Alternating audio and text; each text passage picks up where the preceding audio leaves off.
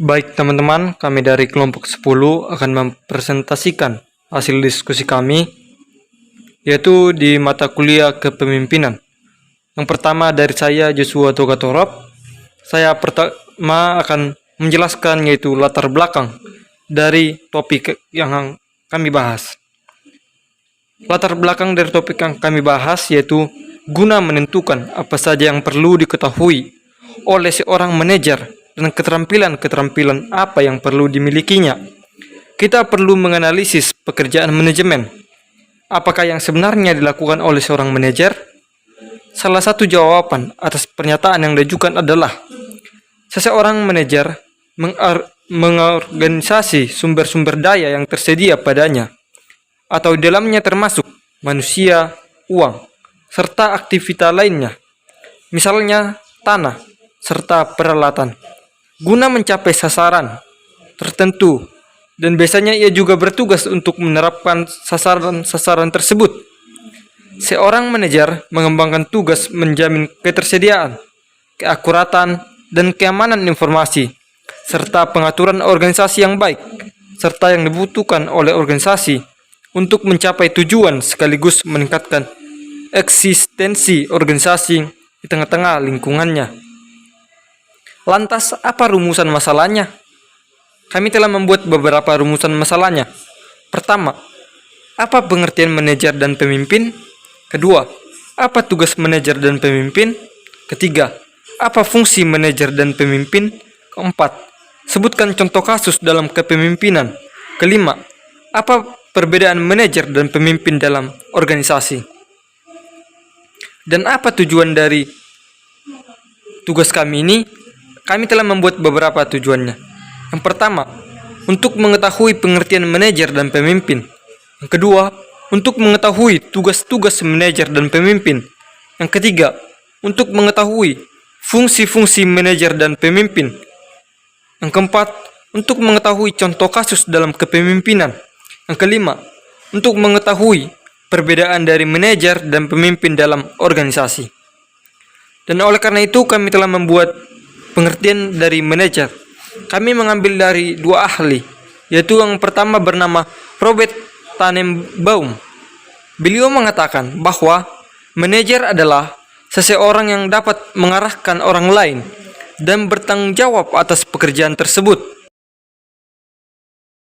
Perkenalkan, nama saya Gracena Fewina Purba. Di sini saya akan melanjutkan materi kami, yaitu tentang tugas manajer.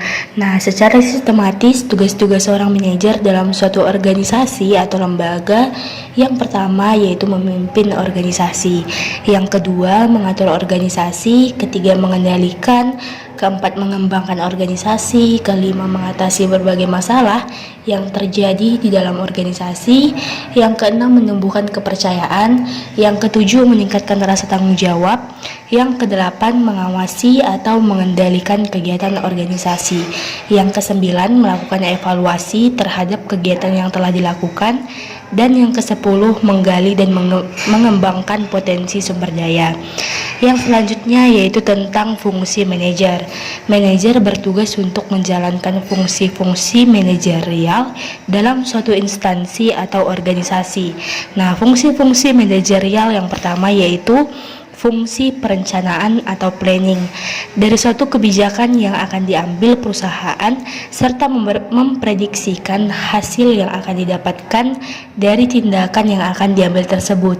Yang kedua yaitu fungsi pengaturan atau organizing, yaitu mengatur, membentuk, mendelegasikan, dan menerapkan jalur suatu wewenang atau tanggung jawab dan sistem komunikasi, serta mengoordinir kerja setiap anggota organisasi. Yang ketiga yaitu fungsi pengawasan atau controlling, yaitu mencakup persiapan atau standar kualitas dan kuantitas hasil kerja, baik dalam bentuk produk ataupun jasa yang diberikan pada perusahaan dalam rangka memberikan pencapaian tujuan perusahaan. Yang keempat yaitu fungsi kepemimpinan atau leading, yang membuat orang lain melakukan pekerjaan, mendorong, memotivasi, serta menciptakan iklim pekerjaan yang baik. Nah, yang kelima, yang terakhir yaitu fungsi evaluation yaitu menganalisa hasil dari seluruh kegiatan yang telah dilakukan melalui teknik analisis tertentu. Nah, demikian materi yang dapat saya sampaikan. Setelah itu saya lanjutkan kepada rekan teman saya. Terima kasih. Pemimpin. Apa itu pemimpin? Pemimpin adalah seseorang yang memiliki kemampuan untuk mengatur, mendorong, mengkoordinasi, dan mempengaruhi orang lain dalam rangka melakukan kerjasama ke arah pencapaian tujuan bersama yang telah ditentukan. Adapun beberapa pengertian pemimpin menurut para ahli yang kami kutip, pertama yaitu menurut Kartono. Menurut Kartono, pemimpin adalah seseorang pribadi yang memiliki superioritas tertentu sehingga dia memiliki kewibawaan dan kekuasaan untuk menggerakkan orang lain melakukan usaha bersama guna mencapai sasaran tertentu. Sedangkan yang kedua yaitu menurut Sudhir Munawar. Menurut Sudhir Munawar, pemimpin adalah seseorang yang memiliki kecakapan tertentu dan yang dapat mempengaruhi para pengikutnya atau bawahannya atau karyawannya untuk melakukan kerjasama ke arah pencapaian tujuan yang telah ditentukan sebelumnya. Tugas pemimpin. Secara umum, terdapat beberapa tugas pokok yang harus diemban oleh seorang pemimpin agar suatu perusahaan atau organisasi yang dia pimpin dapat tumbuh dan berkembang dengan sukses. Yang pertama yaitu penyusunan rencana, penyusunan organisasi, pengarahan organisasi, serta pengendalian, penilaian atau membuat pelaporan. Yang kedua yaitu mendorong atau memotivasi. Seorang pemimpin harus dapat mendorong dan memotivasi karyawan atau bawahannya agar dapat bekerja dengan giat dan tekun. Yang ketiga yaitu membina bawahan agar dapat memikul tanggung jawab dan tugas masing-masing yang telah ditetapkan dalam perusahaan secara baik. Yang keempat yaitu membina para karyawan atau bawahannya agar dapat bekerja secara efektif dan efisien. Yang kelima yaitu menciptakan iklim kerja yang baik dan harmonis. Seorang pemimpin harus dapat menciptakan iklim kerja yang baik dan harmonis agar para bawahannya atau karyawannya dapat bekerja secara optimal atau seefektif dan seefisien mungkin. Yang keenam yaitu menyusun fungsi manajemen secara baik. Ini merupakan salah satu tugas pokok pemimpin yang sangat penting agar suatu perusahaan atau agar perusahaannya dapat berkembang dan maju dengan sangat pesat. Yang ketujuh yaitu menjadi penggerak yang baik dan dapat menjadi sumber kreativitas. Kenapa? Karena seorang pemimpin merupakan panutan bagi karyawan atau bawahannya, sehingga dia merupakan sosok yang dapat menjadi sumber kreativitas kepada para karyawannya agar dapat bekerja secara optimal dan seefektif mungkin. Yang kedelapan yaitu menjadi wakil dan membina hubungan dengan pihak luar. Seorang pemimpin harus memiliki komunikasi dan dapat menjalin hubungan dengan pihak luar. Atau seorang pemimpin harus memiliki humanity skill sehingga perusahaannya dapat bekerja sama dengan perusahaan lain atau bahkan dengan perusahaan internasional sekalipun. Dan juga seorang pemimpin dengan seorang pemimpin yang sebagai wakil untuk membina hubungan dengan pihak luar, juga dengan komunikasi yang baik dia bisa menarik para investor pihak luar agar menanamkan saham di perusahaannya. Selanjutnya yaitu fungsi pemimpin. Menurut Hadari Nawawi, secara operasional fungsi pemimpin dapat dibedakan menjadi 5 pokok.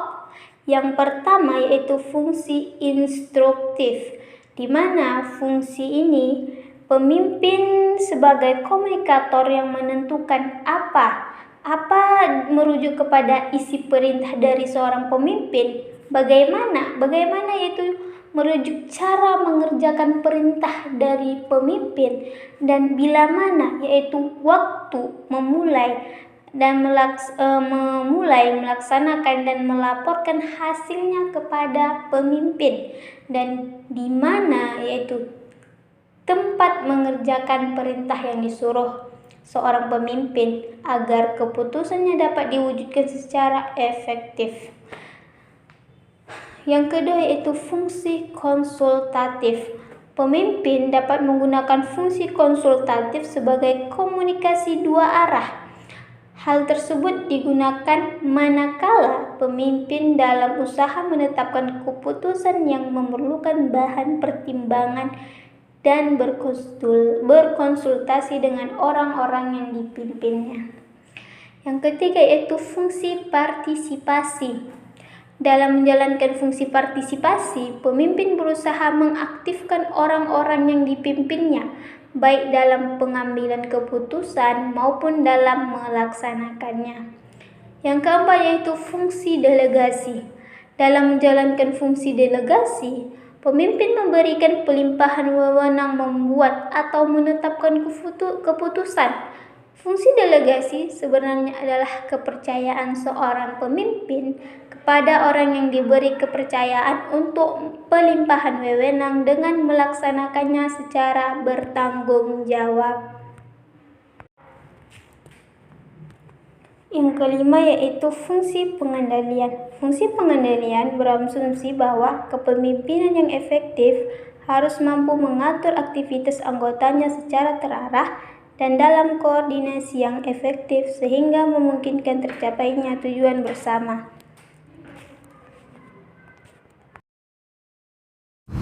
Berikut kami juga memberikan sebuah studi kasus yaitu Hartoyo sebagai manajer. Dr. Andus Hartoyo telah menjadi manajer tingkat menengah dalam departemen produksi suatu perusahaan kurang lebih 6 bulan. Hartoyo bekerja pada perusahaan setelah dia pensiun dari tentara. Semangat kerja departemennya rendah sejak dia bergabung dalam perusahaan tersebut. Beberapa dari karyawan menunjukkan sikap tidak puas dan agresif. Pada jam istirahat makan siang, Hartoyo bertanya kepada Dr. Andus Abdul Halim, yaitu manajer departemen keuangan, apakah dia mengetahui tentang semangat kerja yang rendah dalam departemen produksi.